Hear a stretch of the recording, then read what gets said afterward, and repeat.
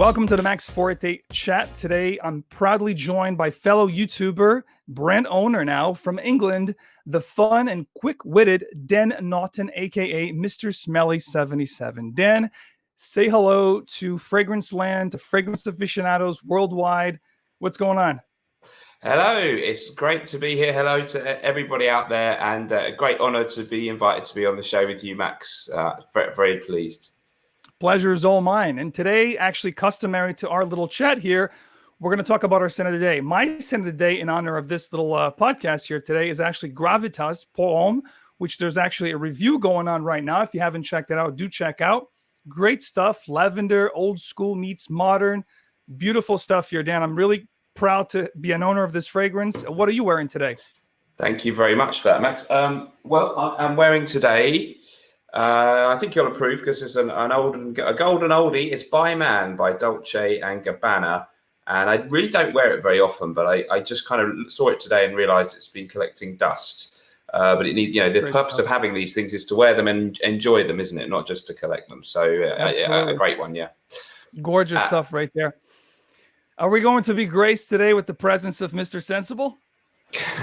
Captain Sensible? No. For anyone who doesn't know what that means, that's the rather annoying to many viewers, high-pitched voiced alter ego of myself who sometimes appears in some of my intros. So no, he's. I didn't think he would be appropriate to have on such an esteemed broadcast as this, Max. No. But we're going to end the podcast today with a rap then. Really? On the spot riff rap from Mr. Smelly. That could be a bad idea. Well, I'll give it a go. Those things are highly planned out. So making me do it spontaneously could be disastrous. As we talk and you get more comfortable, maybe perhaps in the end you'll have a little something for us. But a few no rhymes pressure. The rhymes will come into my head. Yeah. Not a problem. So real quickly here, let's start about your YouTube journey before we even talk about Naughton&Wilson release, which I do enjoy. I reviewed it. Everybody watching this knows that I'm a big fan of old school fougères, big barbershop fan. So I love that fragrance. But for people landing on your channel for the first time, if they discover the Mr. Smelly1977, what can they expect?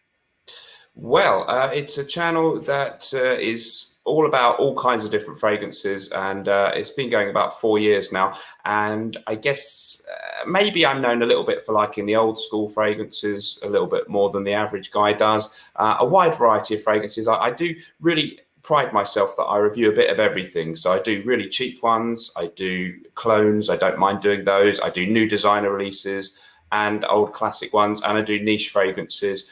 And I try to do them in my own sort of style. And there's a little comedy intro that I try and put at the beginning of most of the videos. And I guess that's maybe the thing that I'm known for. And then, hopefully a real variety of different fragrances. And I try because there's so many channels now. I can't keep up with the people people like you, Max, who've got nearly every fragrance ever created. I don't try and compete with those channels so much. So I have to maybe find the odd under the radar gem and stuff like that. So, yeah. I love that stuff. I love the stuff that you bring to the table, Dan. I love the hidden gem stuff. I love when you talk about stuff that really rings true to me, which is old school stuff. I think we're in the same kind of age bracket. So we tend to like the same stuff because we have that nostalgic feel from our dads or grandparents. Yeah. So I'm with you there. What do you think? What would you say, almost 5 years now on YouTube, what would you say is a two-part question, the most rewarding, parts of being a YouTuber, and secondly, obviously, the most challenging parts of being a YouTuber that you can share with us? Right. Well, the most rewarding thing is the vastly overwhelming majority of the feedback that you get. It tends to be really positive from people. I think when you get people saying, I've been watching your videos, it helped me get into fragrances. Thank you so much, because I bought 3 things last month that you recommended, and they're really good, and I wouldn't have heard about them. So when you get that real genuine appreciation from people, and it never ceases to amaze me that people are grateful to me for making a video and they found out about a fragrance. So I think that's the most rewarding thing, the lovely feedback that you get from most people. And the most challenging part of being a YouTuber or being in the so-called fragrance community, as it were? Yeah, it is quite challenging. I think to keep it fresh when you've been doing it a few years, to still retain the passion, keep the videos interesting, keep up with the times, and not get burnt out. That can be quite challenging, I think, especially when once you've been going a while, you get some subscribers, then you start to think, oh, I want to keep up with the other channels and get decent views. So it's really hard to do the videos you think you should make to do well and keep the channel popular, and also keep to still make them the things you are passionate about and that you want to keep talking about. So it's very hard to keep it real and stay true to yourself, but still try to play the game a little bit so people, the general watching public, still clicks on your videos. Very hard to get that balance right, isn't it, I think? Very true. And it's a sensitive subject too, because I feel like the community is a little bit split these days. It shouldn't be. We should all be part of this one big movement on YouTube, which is when you think about the YouTube as a whole, the fragrance community is nothing but a little drop in the ocean of YouTube. Yeah, tiny. So we really should be united so we could be stronger. And I can say this firsthand, Dan, because lately I've done some collaboration with the Latin market, Mexico, Brazil. And they're a lot more tighter than we are. They really help each other and support each other with initiatives so that everybody grows and that particular niche becomes very strong in that particular, area. And here it's kind of like a little bit divisive. It's kind of like split in a few segments and people think there's clicks. There's no clicks here. And I don't think there's clicks on you, right? I would collaborate with anybody as long as it's positive, that's bringing people together. It's what I'm all about, Yeah, I agree very much with you, Max. Yeah, I think it's inevitable when things have been going a while and the thing gets bigger, that you get one group of people on one side and others on the other side. I guess it's inevitable with any kind of genre on YouTube that once it becomes bigger, then some people have different views about how it should be. And people talk about the good old days when supposedly everyone was looking out for each other and stuff. And of course, inevitably, if some channels get up to, tens of thousands of subscribers, the people running them might have a little bit more of a professional kind of way of doing their channel. And of course, some people are going to feel, oh, well, they've all sold out or it's commercialized too much. But, it's kind of inevitable that happens. There's huge diversity of different channels, though, that you can still watch. There are still really small channels that are doing it purely for the love of it and, aren't desperate to get big numbers of subscribers. So that stuff's all still there. But I think, it's inevitable that you get sort of different groups of people, and some people get a bit cynical, and this is how it goes. When this thing started many years ago, there were only 3 or 4 reviewers doing anything, and people were grateful. Oh, wow, someone's done a review of Le Mal by Jean-Paul Gaultier.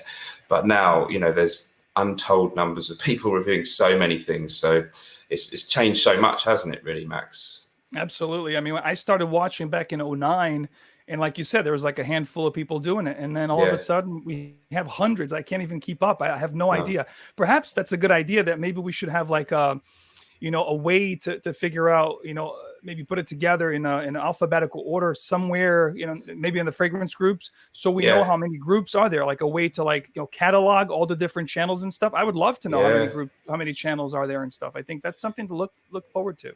It'd be interesting to know how many there are now. Yeah, but it must have sort of quadrupled and continued to quadruple every year for the last few years or something. Maybe it's really hard to keep up, isn't it? But I do definitely fondly remember the days when I discovered the YouTube stuff about fragrances, and I remember your videos were really great then, when it was all so new to me. And of course, they were filmed without you in the video. We had your chessboard and the muzak on the xylophone in the background, but they were great, so enjoyable to watch those videos.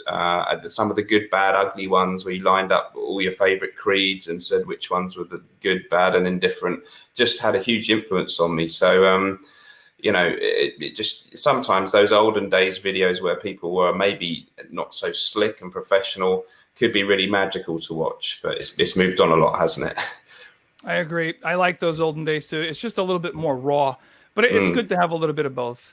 Yeah. But so piggyback riding on this subject, let me ask you, what do you see happening with the fragrance community and within the fragrance community on YouTube? How do you think things are going to be developing or transitioning in the next 5 to 10 years? Do you think the community will still be here? You think YouTube will still be relevant with the fragrance community within 5 to 10 years? What do you envision? What do you think will happen? That's a very tricky question. I think that you're just going to get much more diversification. So there's still going to be a lot of channels. I don't see it going away at all. I think there will be, I mean, there are many more really big, relatively successful channels now than there were a few years ago. We've got numerous people, including yourself, congratulations, getting over 100,000 subscribers. That's no longer a rarity, but well done, well deserved. So we're going to have really big channels, and there's going to be more and more really big channels, and there will be quite a few that probably some of the hardcore people in the community don't like, because some of them will be seen as a bit sellouty because they'll be pandering to the wider community who are not mainly watching fragrance channels. So there'll be a lot more kind of top 10 based type channels, people trying to be, I wonder if anyone will come through who's like the next Jeremy Fragrance to break through to the next level. There hasn't been anyone in that kind of league in terms of views yet, but we're certainly going to get many more of the kind of very populist type of channels doing the very highly viewed type of stuff, which a lot of people in the so-called community will look on with perhaps disdain. But there'll be many, many smaller channels too that will continue to bubble along. But I guess the idea of there being a tight-knit fragcom in the sort of English-speaking world, you mentioned that there is a really good one maybe in the Latin-speaking world still. I think there probably will be less of that, and there might just be some people who hang out in little groups here or there, but the idea of it being one thing, fragcom, is probably going to fade out a little bit, unfortunately. There's going to be disparate groups of warring tribes. I think you're right. Yeah, I think you're right. Yeah. But you're absolutely right with the whole, explosion of new upcoming reviewers and just more and more people reaching numbers that when you look back 10 years ago, I started doing videos in 2012. Was it that long ago? Yeah. 2012. To even have 1,000 subscriber was unimaginable. Yeah. It's like 1,000 subscribers. 1,000 people are not going to watch me. This is just a little sell.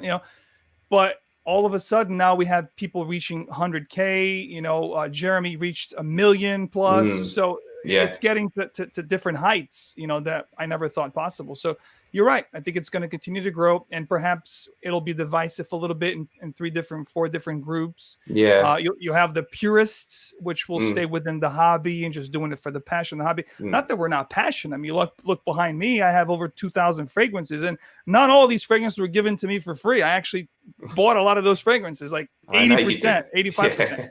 So, I love what I do, and I love fragrance. I'm passionate about what I do. And as you know, making videos is not easy. This is, you're the first reviewer that I'm actually doing a podcast with, and we can speak freely here. That it's not easy, right? The whole process for me, it takes like 3 to 4 hours. And my wife actually helps me with the subtitles. It goes into like 6 to 7 hours per video. Yeah. Same kind of thing here. Yeah. Exactly. So if you're doing that, then you're obviously going to want to see some good results come back from that, and see that the videos do well and get some views. So that's going to affect your content a little bit. And some people are going to say, well, you've sold out because it's too many top 10s, or, and of course, I'm sure you're well aware there's this stuff, you've got to design a thumbnail that pulls people in. So you can't just say fragrance review, such and such fragrance. You feel the pressure to say best summer fragrance for compliments or whatever. But unfortunately, that may quadruple or double the amount of people who watch the video. So, that will piss some people, will annoy some people who are purists, inevitably and understandably. But yeah, the people like us who are doing it, obviously, we put a lot of time and effort into it. And we have to be aware of what kinds of things play well with the viewers to some extent, which does mean, like you, it gets sort of, several hours. I don't even, it's hard to add up exactly how many hours, but similar amounts of time in each video. And you're going to think about what kind of video is going to make people watch it. I don't want to put that time in and only 300 people watch it or something.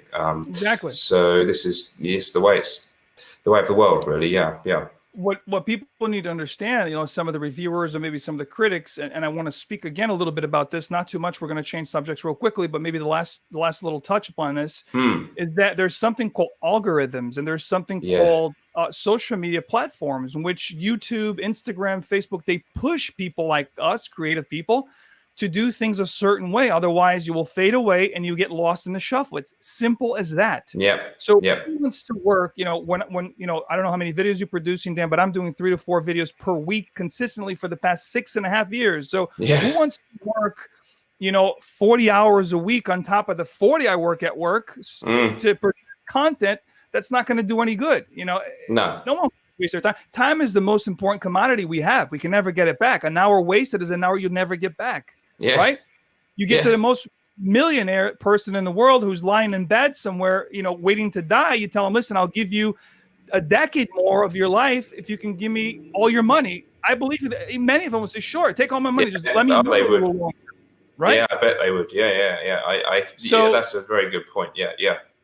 That's one thing that people need to understand. Algorithms and social media brands are quite aware of the potential and the power of social media. So there's nothing we can do about it. We get caught in the middle sometimes, Very true. Yeah, the algorithms and all this stuff is quite frightening. And, years when I first started doing the videos, I kept a vague eye on how many views I got. But unfortunately, now I've got an app on my phone. As soon as I click on it, it'll tell me if my new video is number 1 or number 10 of my last 10 releases. Exactly. So I'm instantly putting myself under pressure. And if I see it's number 10 or 9 of my last 10 videos and it says people are not clicking on this video as much as they used to, then I do feel a bit disheartened. And I think, oh, damn, next time I better do top 10 most complimented date night fragrances, because no one wanted to hear my vintage fragrance review. So the algorithm can be oppressive.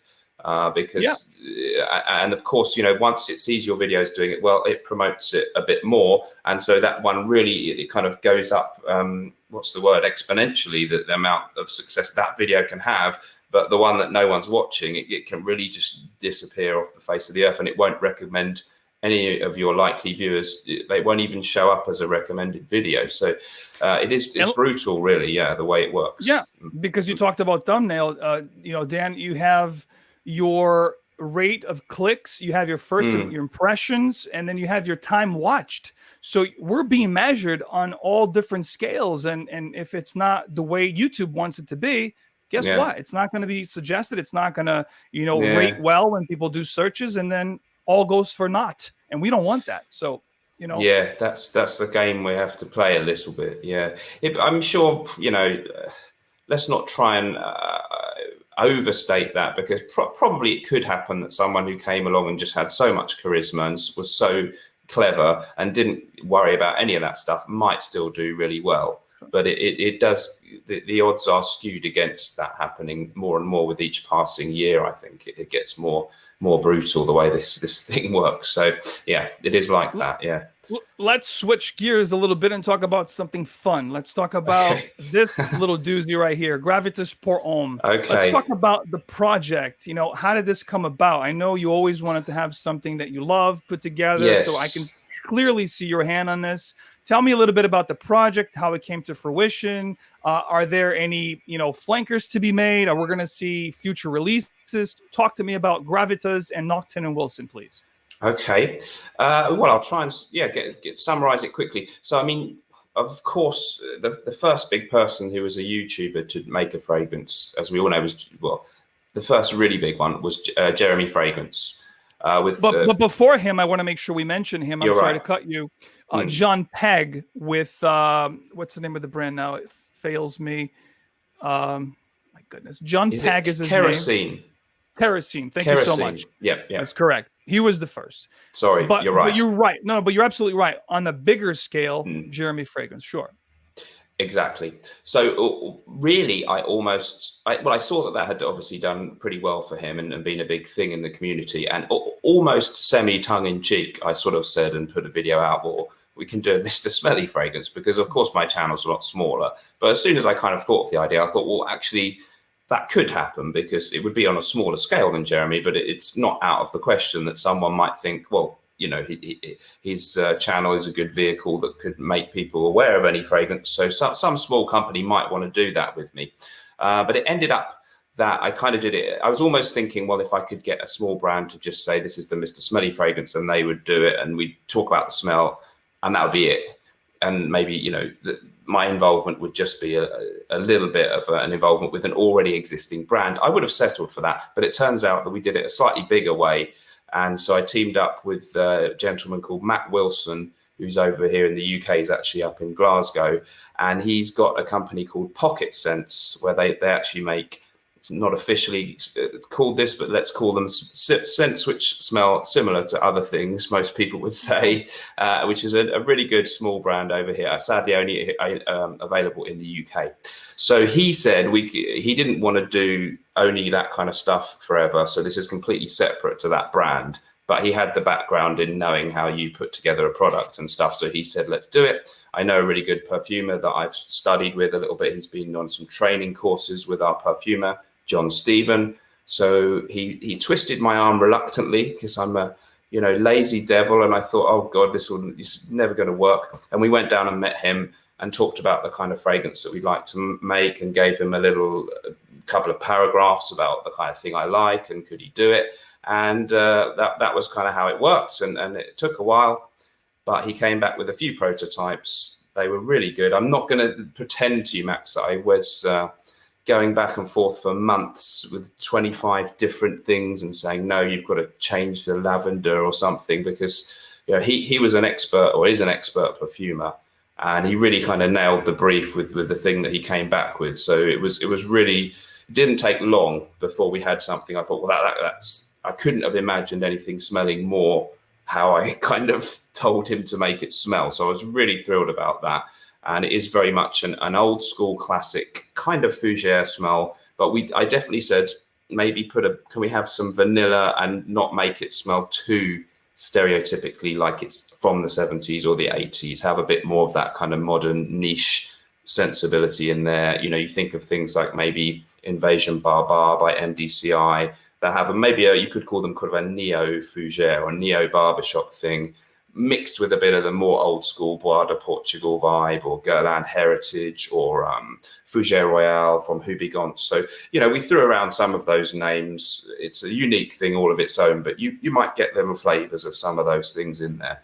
And we came up with the name Gravitas pour homme, just because kind of the fragrance has a certain gravitas. Maybe it's a sort of gravitas, for anyone who doesn't know, means have something having weight and importance, really, or maybe a person who has a feeling of being important. And maybe this smell kind of ties in with that. So, and yeah, we did a really great job with the label bottle design there, and the bottle, which I have to give credit to Mr. Wilson for, really, more than me.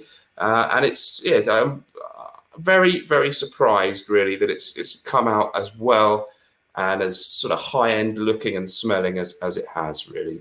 And these are available now to the States and North America, correct? At this time right now? Yes, but we've as we're a small operation, we ran out of our first batch that we sent over there, but it's in stock now. There's just one website, Naughton&Wilson.com, and you order there. The stock for the USA and Canada is already there, so you know, it takes just a couple of days if you order there. And in the UK and EU, we still have stock. So that's the only place you can buy it at the moment. We hope we can get it in other places too.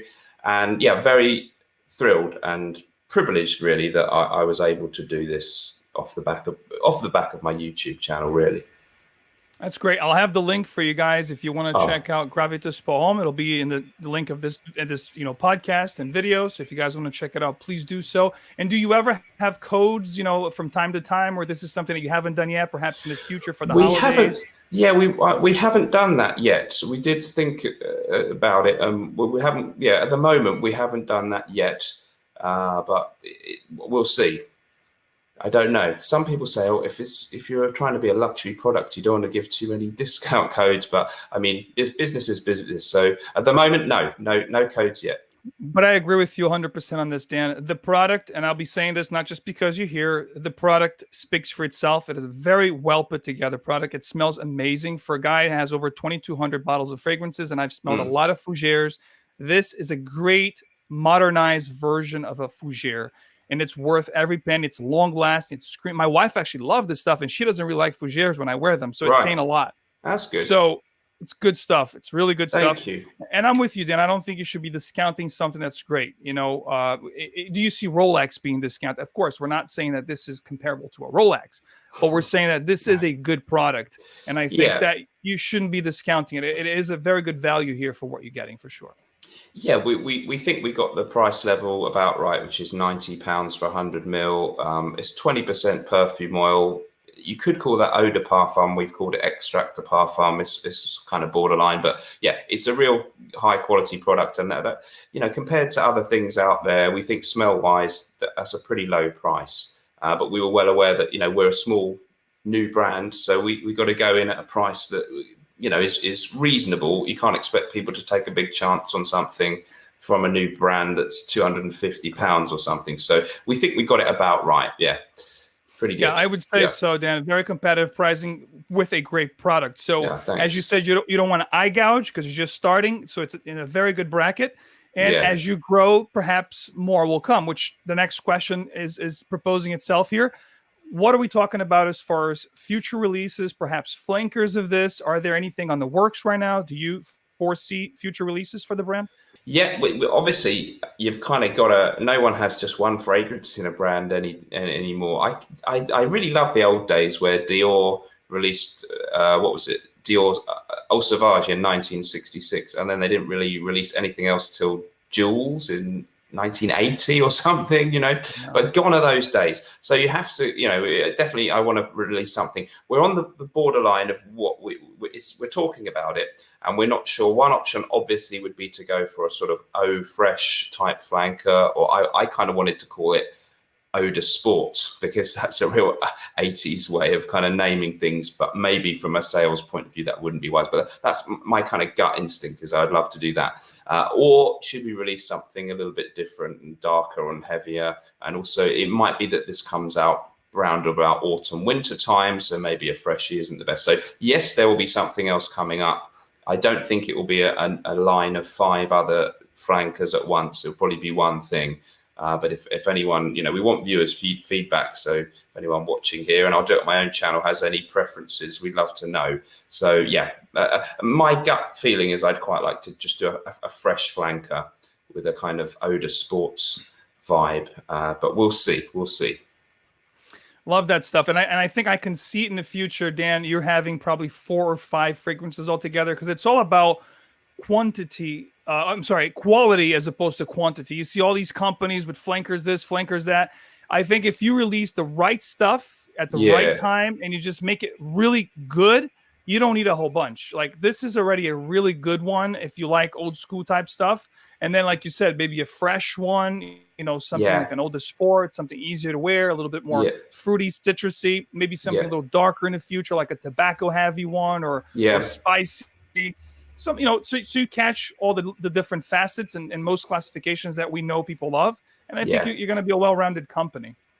Yeah, I really hope so. Yeah, I think we'll kind of, because we've started from a very small place. It's only 2 people at the moment, so we have to grow very slowly, because we won't be able to keep up if we don't. So there's so many different things you can do. And I mean, you're right that nowadays there are so many brands that have really huge collections of flankers. I don't think there's anything wrong with that, and that's obviously the way that the industry and business is going.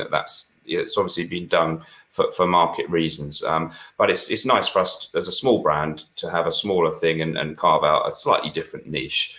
And I don't know about you, but I mean, your collection's incredible. It's so hard to keep up with all the different releases from brands and stuff. And I just, you know, it's really hard to stay excited when the brands are releasing so many new things. You know, it's really hard to say, oh, wow, I can't believe X brand has brought out 5 new fragrances this month, because you think, oh, okay, I can't even remember, you know, what the last bunch that they brought out was. So it's you know, I'm glad we're a bit different from that, really. Yeah. I think for us, it's very challenging, like you said, then, because we have so many brands popping left and right, niche, indie, and designer releases. Like every month, there's so many of them. It's hard to keep up. And I think the hard thing too is that you have a lot of the same. It's a lot of the same kind of character and profiles, just tweaked a little bit. Like this, you know, incredible, you know, heavy dose of Ambroxan / Tonka in every designer release. It's like the thing now for the past 5 years or so. And it's like they don't want to move away from that again because it sells, just like the YouTube thing. They're giving the public, quote unquote, what they want outside of the fragrance community, because otherwise they wouldn't do it. They wouldn't release something if it's not going to sell. But for us, it's always hard, and we're always looking for that little diamond in the rough, correct? Yeah, that's right. And they do still come along, and there are still some really exciting and good new things from all manner of different levels of companies, whether that, you know, just still you get good designer ones that are really different. But yeah, it really is hard with so many new things happening all the time. And I really think it's great that there are some channels that will tend to give us a lot of reviews of not all, but a lot of the new stuff that comes out. But I've kind of, you know, I've just decided I'll never be able to keep up with all that. So I just kind of pick out the one or two that really excite me. But it's a very strange world to me, really. I agree with you. Yeah. We can't, it's impossible to review every possible thing, you know, like I have to pick my battles because of time constraints and how much content I'm putting out. Like just the other day, I was thinking about doing Zaro Chrome Extreme that came out, and also Coach Blue. I didn't like them. I thought they were very common blue scents. I was like, you know, enough. I've already talked enough about blue scents and new releases that those are going to be way too redundant for me to spend hours on to do a video on this particular frame. So I just turn the page and go to the next thing. It's just, you can't. It's impossible to cover everything. Yeah, I think you're right. That's fair enough. Yeah, I think your channel it strikes a really good balance, so Max, because you're quite on the pulse of what's going on. And when there are exciting new designer releases, you're kind of go-to guy, I think, for a lot of people. And one of the channels I'd watch, because not only do you cover a lot of the popular stuff that's new, but for someone like me who's quite into it, you do give us a bit of proper sort of breakdown of the notes and, you know, stuff that means a lot coming from you. Means a lot coming from you. Well, it's deserved. So let's talk about the Naughton and Wilson real quickly so we can wrap up that.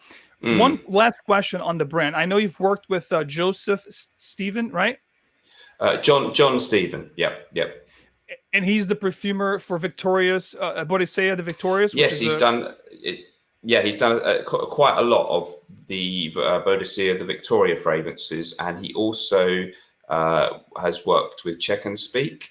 So I think he did, I know that he did Oxford and Cambridge, and one of the other, it might be number 88, but certainly Oxford and Cambridge from Check and Speak, and a number of real big hitters from Bodicea de Victorious. So he's a real, very experienced perfumer and I think he's made perfumes, bespoke ones that were used by the royal family here in the UK. So he's quite a serious chap in the world of fragrances. How on earth he let me through his door, I don't know, but luckily he did. Yeah. So my question is this: is he going to be the in-house, quote unquote, perfumer of Naughton and Wilson, or are you guys perhaps looking to maybe work with other noses and perfumers in the industry? Is there somebody that you would love to work with? That is a really good question. One option definitely would be, just because he did such a great job, obviously, if he can continue to produce stuff for us. If it ain't broke, don't fix it. So that may well be the case. On the other hand, it would be really exciting to work with other people and mix it up a little bit. So I guess, it would be one fun idea would be to bring in some of the up and coming or smaller niche artisanal type perfumers. For example, not that we would put our brand in the same league as these guys yet. It's really exciting, isn't it, what zoologists do, where they have different perfumers all the time, and it's a lot of the kind of indie niche people. You know, it's not like they would go to Alberto Marias or whatever. So something like that would be good. If you you mentioned anyone in particular, a couple of smaller brands that I really like, just off the top of my head, there are so many. Dmitry Bortnikov is very good over at Bortnikov. Fantastic kind of exotic fragrances he makes with real oud and all kinds of real ingredients you don't get very much. Rogue Perfumery, have you heard of those guys? No, and Bachmakov is one that I've been wanting to try because I've heard so much about him, Dan, but I haven't had the pleasure to try anything by him. So, and what was the other one you saying? Rogue Perfumery, Manuel Cross is the perfumer, a former chef over in the States. They make ones that are they're non-IFRA compliant, so they have real oak moss and stuff. You'd like Mousse Illuminé is a little bit like Polo Green from Ralph Lauren.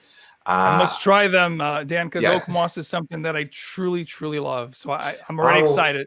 I think you would be the man to review those because they're right up your street, Max. So Rogue Perfumery, Manuel Cross would be great. And I'll drop one more name, Sven Pritzkele over here in Europe, in Germany. Fantastic artisanal perfumer, and he is the man behind SP Parfums. And he's got some real crackers in his range, including one called Lignum Vitae Forte, which is a really stunning, heavy fougere-ish fragrance, bit more out there, a bit more artistic and daring than Gravitas, perhaps. So people like that might be fun to work with. Yeah. I know you are a music fan, passionate lover for music, just like myself. It's one of my passions, music. Yeah. And we actually share a couple. Football. You also like soccer, football. I'm also big on that. Yeah. So let's talk about guitar, because I've noticed a little bit of some action going on. You had at one point a channel on music, on guitar.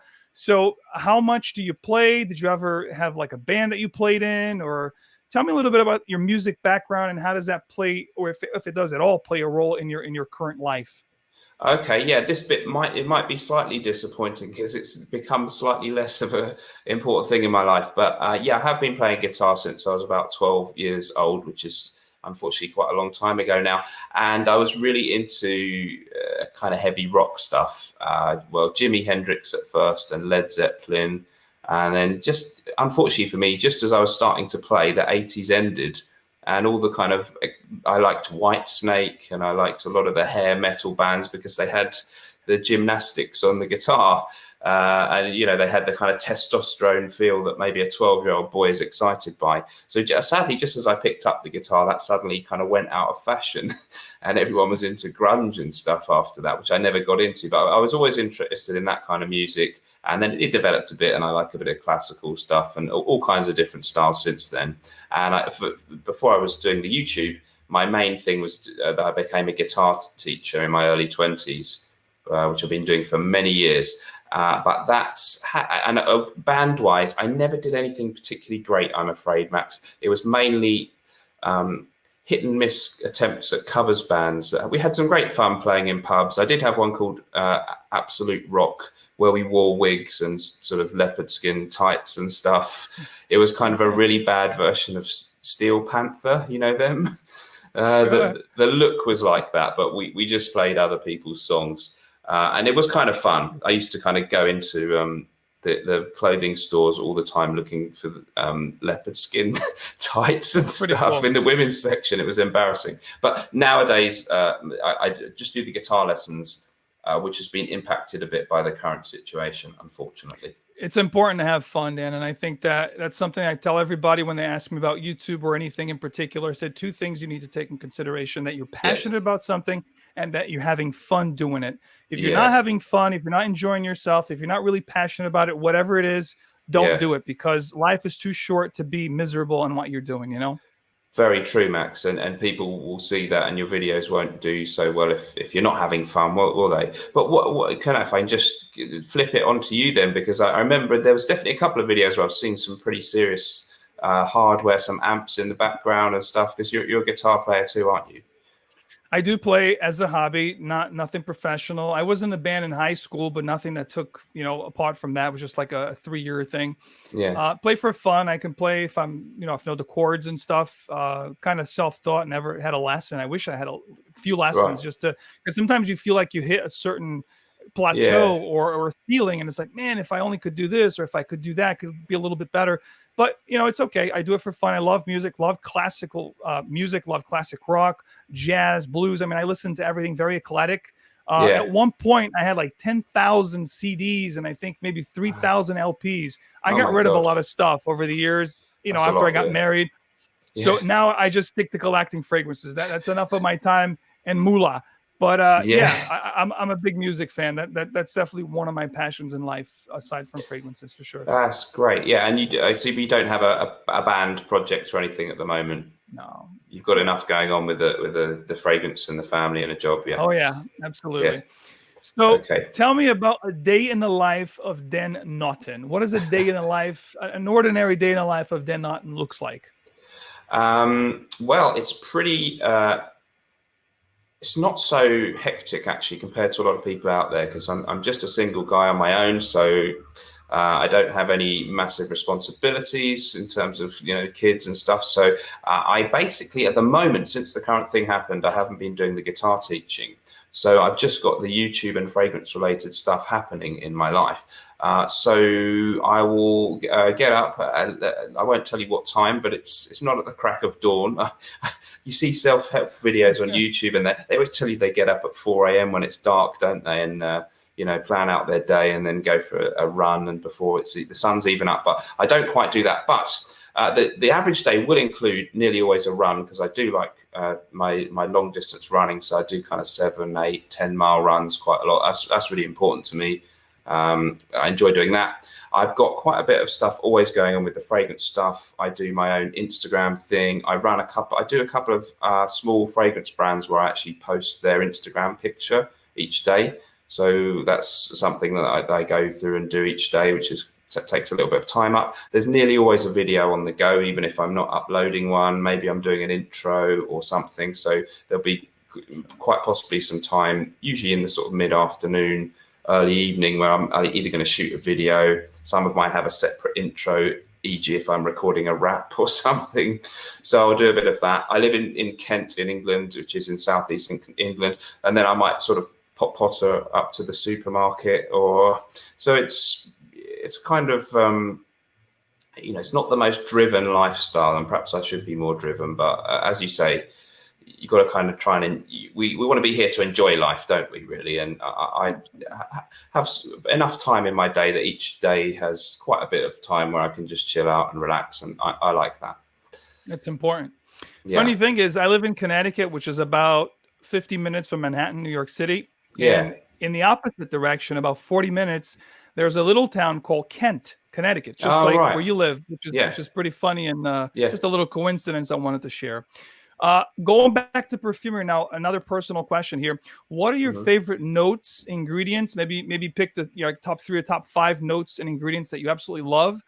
And tell us maybe some about your favorites growing up, like as a teenager, as a young adult, some of your favorite fragrances that you wore through the years. So like a 2-part question. Okay, that could be fun. Sorry, what was the first part? Like your favorite elements, favorite ingredients in perfumery. Okay. Oh, I'm very simple that way. Yeah, I really, I know this is a really boring note to pick out, but I do enjoy bergamot. I guess it's one of the most popular fragrance notes for a reason. It does smell nice. And I like all citrusy notes, really, which is, again, kind of, a lot of people find that a bit trivial, citrus. People talk about citrus fragrance, and you'll often see them say, oh, it just smells like lemon pledge, it smells like bathroom cleaner.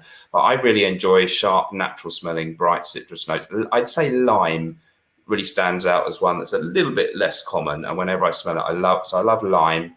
I do love my lavender, again, typical for someone who likes his barbershop scents and old school stuff. So I love lavender notes in fragrances. Neroli, I'm fond of a bit of neroli in a fragrance. I really like that. And I do love a really good sandalwood fragrance. So a nice sandalwood note such as Chanel Egoist is always really pleasing to me. And what else can mint. When there's a little twist of mint in something, you've got to be careful because it can be too much. But I like a mint fragrance now and again. So I'll go with those. Okay.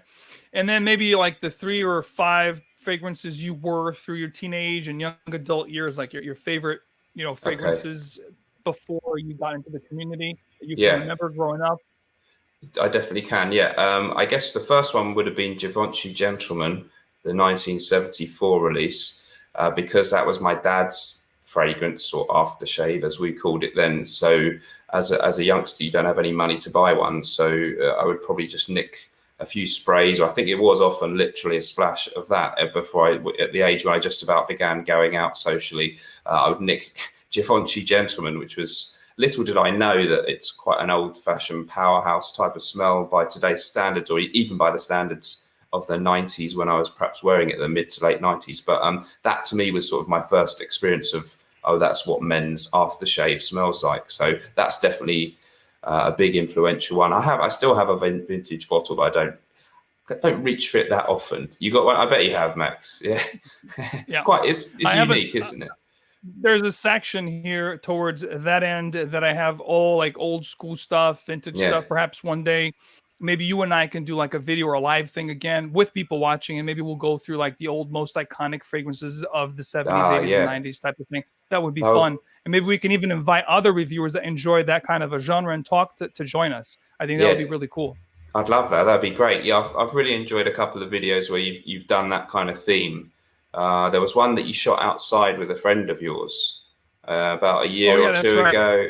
It was really good, and you did Safari, I think, and maybe even Duc de Vervon's L'Extrême from Hubigot was in there, or one of those. It was really good. So I've always loved it when you do those, and that could be really good fun. So let's do that. So aside from Givenchy Gentleman, any other ones that you can think of as you grew up? What else? Definitely, one or two. I definitely remember I was gifted by my mum at the time when I wasn't into it enough to care about fragrances much. I got a Fahrenheit, which thinking back must have been a quite vintage one that we'd all probably like to have now. And I did like that, but I found it a little bit much sometimes. So it wasn't like a little overwhelming. Yeah, I remember just thinking, God, this is a bit potent. And I remember once I wore that out in my early 20s once. And I got in a car with some friends to go wherever we were going. And someone said, oh, we won't need to drink any alcohol tonight because we're going to get drunk on the fumes from Dan's aftershave. So it was obviously strong. And I obviously over-applied it. So although I wasn't into fragrances then, it was obviously in me. So that was one. But I was so about that. I really recognize it as a masterpiece now. But it's a little bit polarizing, isn't it? It's strong. Oh, yeah. And then there was Chanel Pour Monsieur. I definitely really liked that. And I liked the idea that the presentation, it seemed very elegant and it wasn't fancy. I probably, when this came out in 1997, I would have looked at that and thought, that's really tacky. I don't want that. Right. So I like, although now we recognize that's a really good fragrance by man, but the simple elegance. Funny thing. Yeah.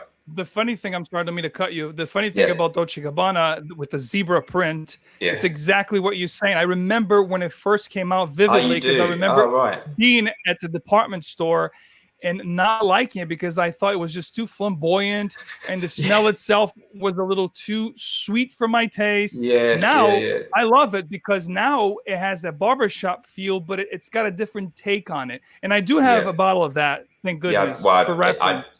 I knew you probably would. You've got a great collection. Hard to find, though. Hard to find. It's terrible, yeah. And I think it perhaps didn't do well commercially because it wasn't around for many years, and perhaps that is because that doesn't appeal to the average guy in terms of looks. It looks like a lady's product. It's one of those fragrances, Dan, that when they first came out, they were a bit ahead of their time.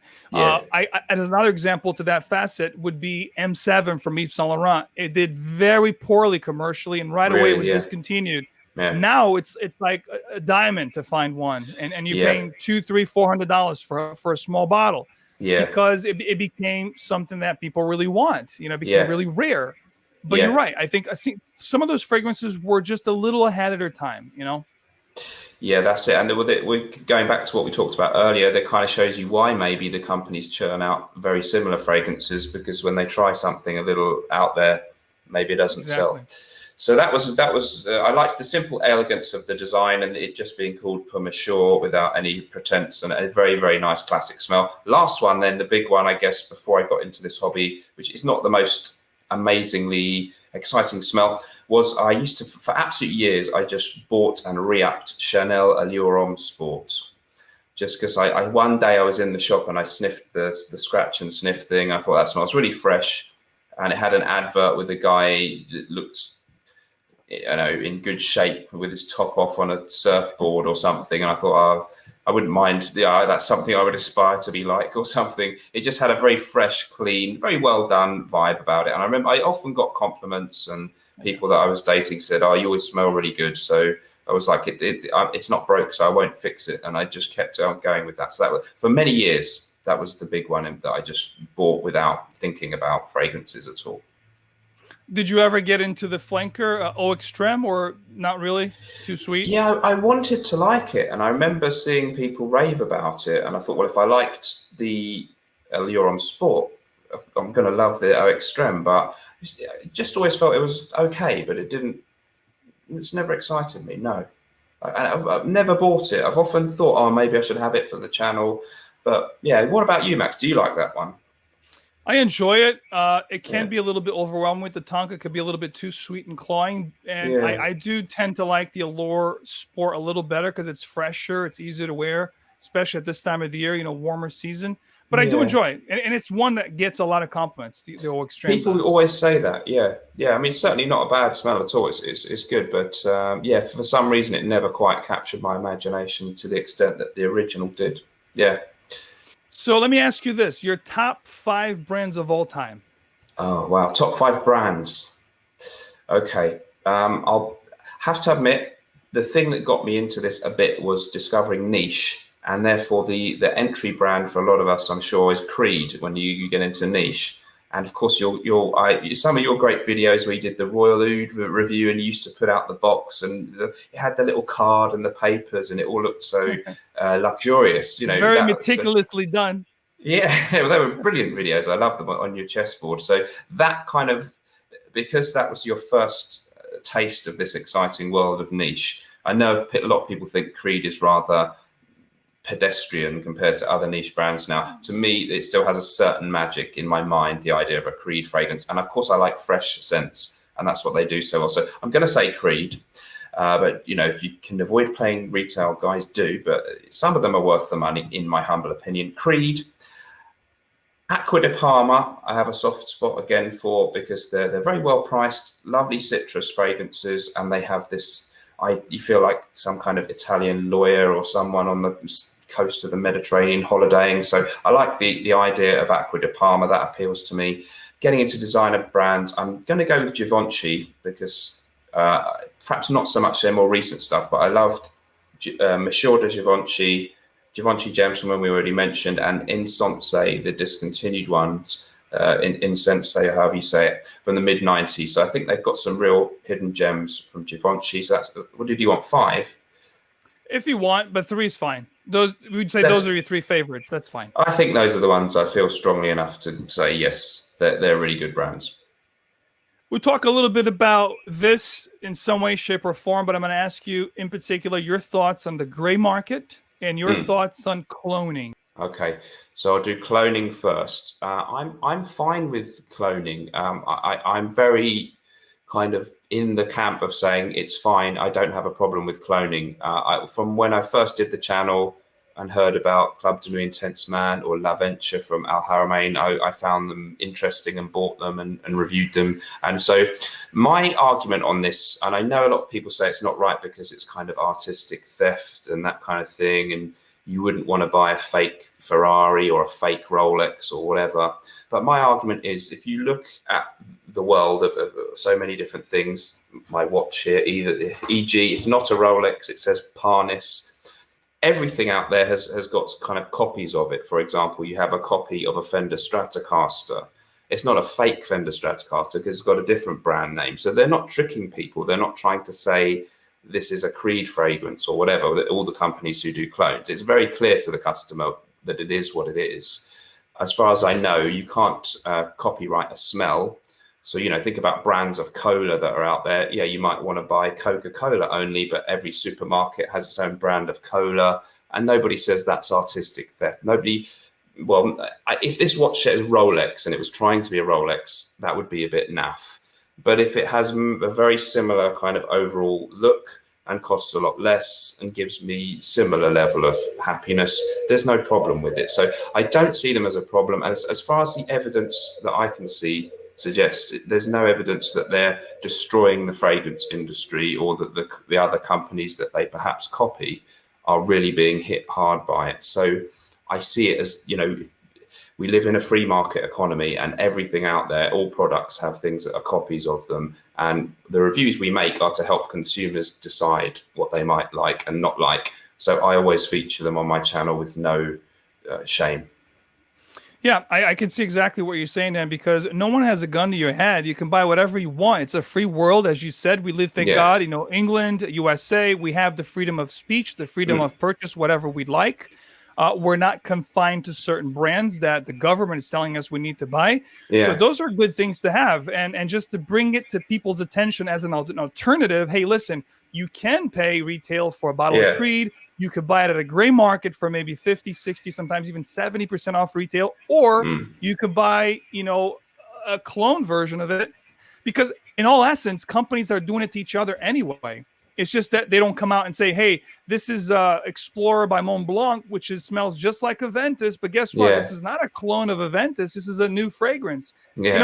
So in a way, it's been done. Like you said, different brands of Coca-Cola. It's essentially that Coca-Cola that was founded in 18 whatever or early 1900s. But now you have Pepsi. You have a whole bunch of different, variations of that same product, just in a different, packaging and different name. But it's essentially a variation of Coca-Cola.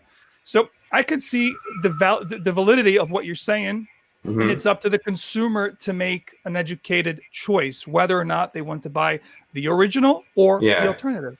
Simple as that. I agree. Do you have a feeling that you're, because I'm not sure, correct me if I'm wrong, but I don't think you do tons of video reviews of clones nowadays, Max. Have you sort of moved away from it a bit? Or?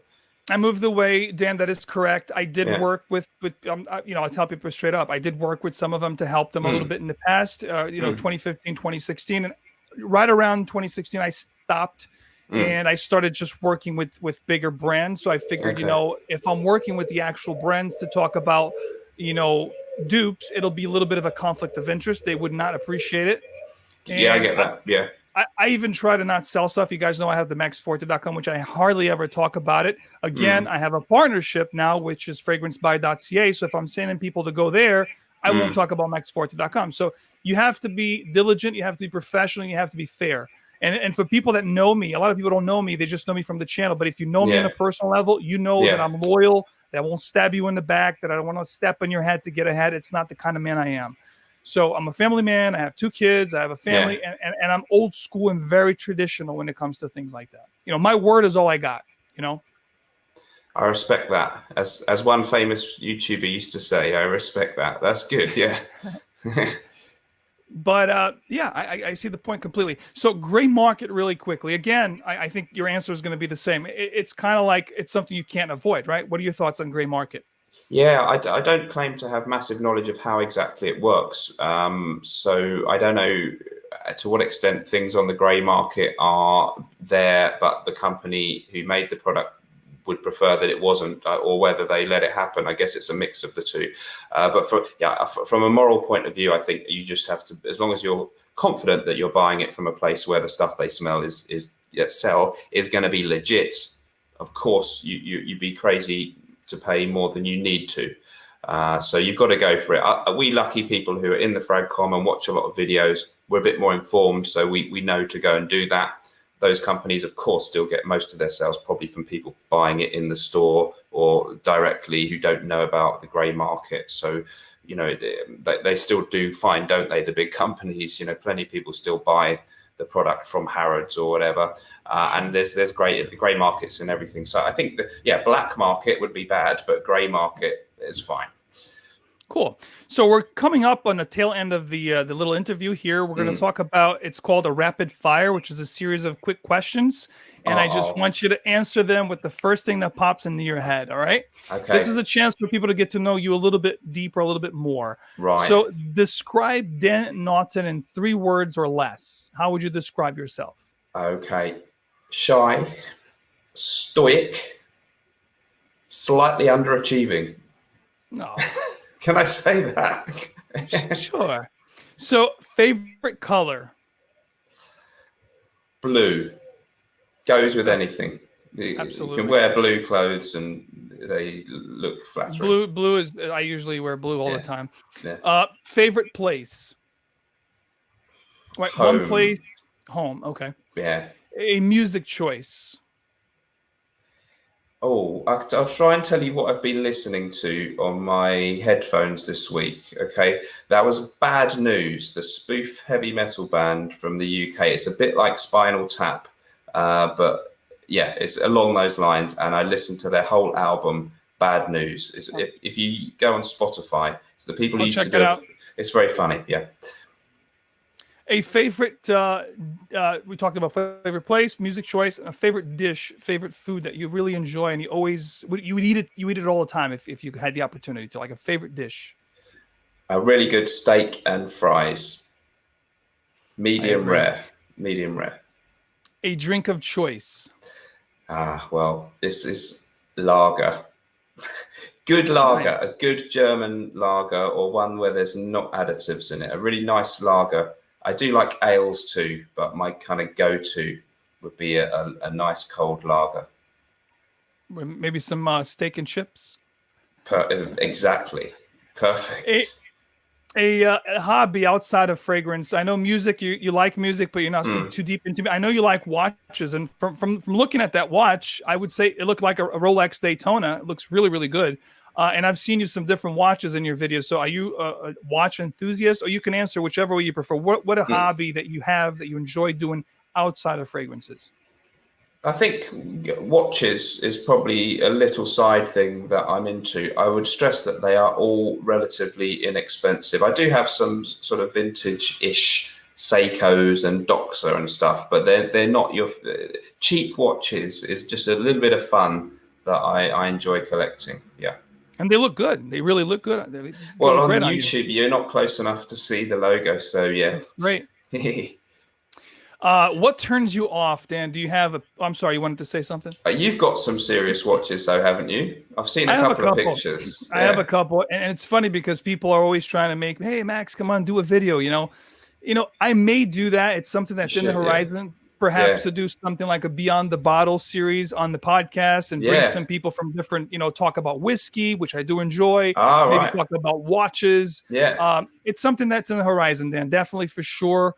And I definitely want to do something in England. Like we talked about a little bit, I think last year, we didn't have a chance to go to Assange, which by the way, are you going to Assange February, maybe, perhaps? I hope so. If I haven't booked yet, because I'm thinking, will it happen? So I don't want to book and then it's cancelled. But yes, theoretically, if it's totally happening, I'm going to be there. That's great. Now, so yeah, going back to that, I do like watches. I think it's a great. Do I see a Rolex or something? I have a couple. In fact, what I'm wearing today is, so we're doing like a wrist watch check thing. Yeah. So I'm wearing this. Yeah. This is a Datejust. Yes. And this was actually a gift. Yeah. This is like early 90s. It was passed. It was passed down. My grandfather gave me a couple watches, including this one and a vintage Omega. And brilliant. I do buy things from time to time. I do enjoy it, but got to be careful. They can be very pricey, and it's about buying at the right time. But it's a good investment too, because you can always flip them and make money because they're always going up in value, especially when you're talking about like the big brands. Yeah, they help. It's money in the bank. Yeah, but you can have more fun wearing it. So I really like that Rolex style with the Jubilee bracelet. So yeah, good stuff. Thank you. Now, what turns you off, Dan? You have any pet peeves, like a major pet peeve or something that really turns you off?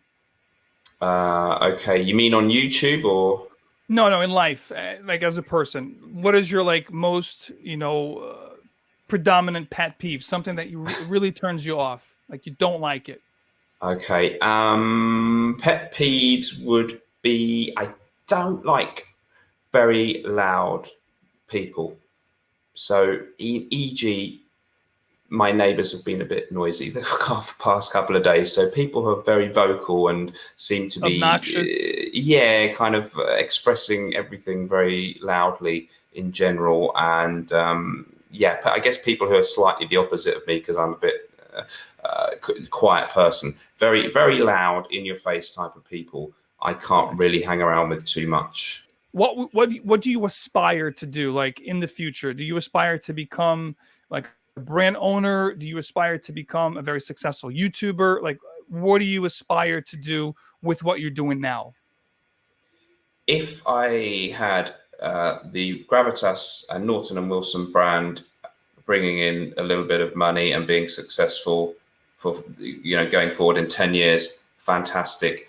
YouTube wise, if my channel stays roughly where it is in the league of YouTubers, I would be happy with that.